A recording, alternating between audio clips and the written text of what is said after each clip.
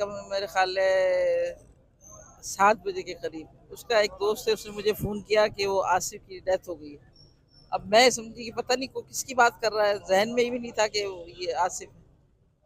बहरहाल वो मालूमात की पता चला वाक़ई में आसिफ है। तो बस यकीन तो करने वाली क्या, मेरे जिसको जो सुन रहा था वो यकीन ही नहीं कर रहा था। यानी रात तक, क्योंकि मैं बिलॉन्ग करती हूँ हैदराबाद से, सारे हमारे रिश्तेदार हैदराबाद में, जिसको भी फ़ोन किया, किसी जिसको भी किया नहीं हुआ। लेकिन ये है कि जिस तरह बाद में जब उसकी तस्वीरें देखी है ना, तो मैं कहती हूँ कि अगर आप भी देखोगे ना तो आपका दिल फट जाएगा।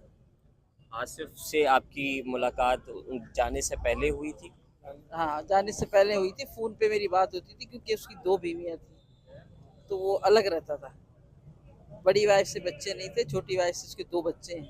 एक शायद 8 साल का और एक 9 साल का। कव्वाल ग्रुप के साथ बस में मौजूद ये बच्चा भी सफ़र कर रहा था। जानने की कोशिश करते हैं कि इसने जो है वो क्या देखा, कैसे वाक़या।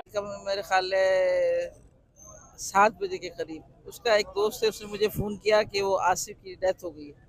अब मैं समझी कि पता नहीं को किसकी बात कर रहा है, ज़हन में भी नहीं था कि ये आसिफ है।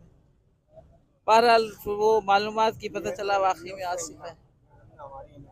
तो बस यकीन तो करने वाली क्या, मेरे जिसको जो सुन रहा था वो यकीन ही नहीं कर रहा था। यानी रात तक, क्योंकि मैं बिलॉन्ग करती हूँ हैदराबाद से, सारे हमारे रिश्तेदार हैदराबाद में, जिसको भी फ़ोन किया, किसी जिसको भी किया नहीं हुआ। लेकिन ये है कि जिस तरह बाद में जब उसकी तस्वीरें देखी है ना, तो मैं कहती हूँ कि अगर आप भी देखोगे ना तो आपका दिल फट जाएगा। आसिफ से आपकी मुलाकात जाने से पहले हुई थी?